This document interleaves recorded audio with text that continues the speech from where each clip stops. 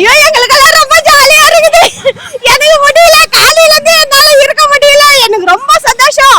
எனக்கு தளபதி வந்துட்டாரு எனக்கு தெரியும். ஆனா இந்த கத்துக்கடிப்புன்ற அந்த கடுப்புல சொல்றவங்களாலதான் கொஞ்சம் நான் கஷ்டப்பட்டேன். ஆனா எனக்கு உறுதியா தெரியும் எனக்கு விஜய் தான் வருவாருன்னு எனக்கு நான் மனசார நம்பினேன். என்ன கடவுள் கைவிடலையா, முருகன் கைவிடல.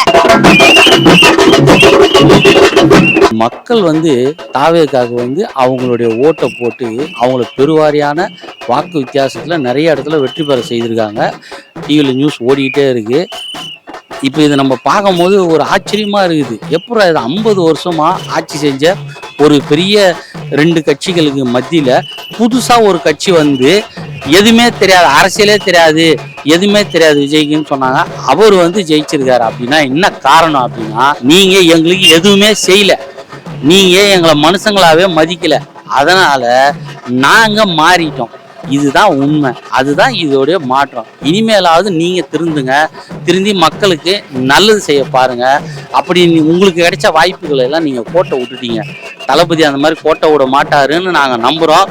அவராவது வெற்றி பெற்ற அவருடைய வெற்றி வாய்ப்பை அடுத்து 15 வருஷத்துக்கு புரட்சி தலைவர் எம்ஜிஆர் மாதிரி அவரும் தக்க வச்சுப்பாரா அப்படின்றது இனிமே அவர் நடத்த போற ஆட்சியில இருக்கு. இருந்தாலும் நாங்க அதை பார்ப்போம். நீங்க ஏன் வெளியில போனீங்கன்றதுக்கு ஒரே ஒரு காரணம், நீங்க எங்களுக்கு செய்ய வேண்டியதெல்லாம் சரியா செய்யல. எல்லாரும் இன்னைக்கு டிவியில பாத்துருப்பாங்க, ஓட்டோல பர்சன்டேஜ் பாத்துருப்பாங்க. எங்களுக்கு தற்கொலையும் சொல்ல, முக்கியமா சீமானு, ரஜினி, கமல் எல்லாரும் எங்களை எதிர்த்து பேசினாங்க.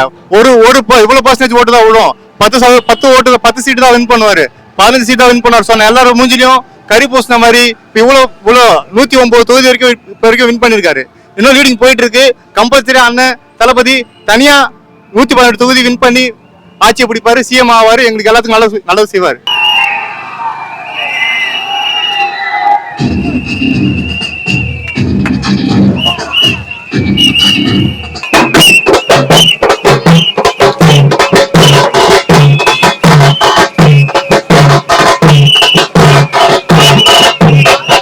எங்களெல்லாம் தற்கொலைன்னு சொல்லியிருந்தானுங்க.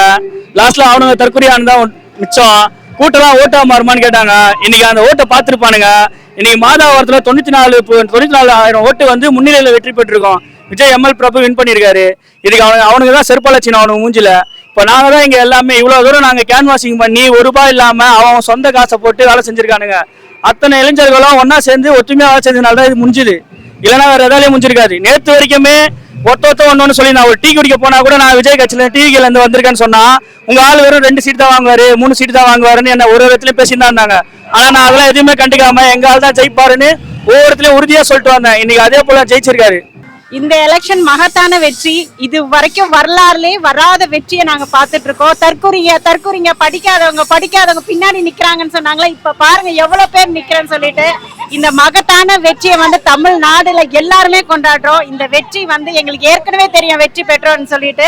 இது மகத்தான வெற்றி தான் சொல்லுவேன், வரலாறு காணாத வெற்றி. இது மாதவரம் தொகுதியில 94,000 80,000 ஓட்டு மேல தமிழ்நாட்டிலே ஃபர்ஸ்ட் அதிக ஓட்டு பெற்று ஜெயிச்சது அண்ணன் எம்எல் விஜய் பிரபு மட்டும்தான். கொளத்தூர் தொகுதி அவர் கோட்டைன்னு சொன்னாரு. கொளத்தூர் தொகுதியில விஎஸ் பாபு அண்ணா டோட்டலா க்ளோஸ் பண்ணிட்டாரு கொளத்தூர் தொகுதி. இதெல்லாம் யாருக்காக? அன்னைக்கு எலெக்ஷன் அன்னைக்கு பஸ் கண்ட்ரோல் எல்லாம் அவங்க இதா இருக்குது. கிளாம்பக்கத்துல அவ்வளவு ஜனம் நிக்குது, மாதாவரம் ஆந்திரா பஸ் ஸ்டாண்ட் அங்க அவ்வளவு ஜனம் நிக்குது. எத்தனை பஸ் விட்டாங்க அவங்க? ஒரு பஸ் கூட உள்ள, எல்லாமே அங்கங்க ஜனம்.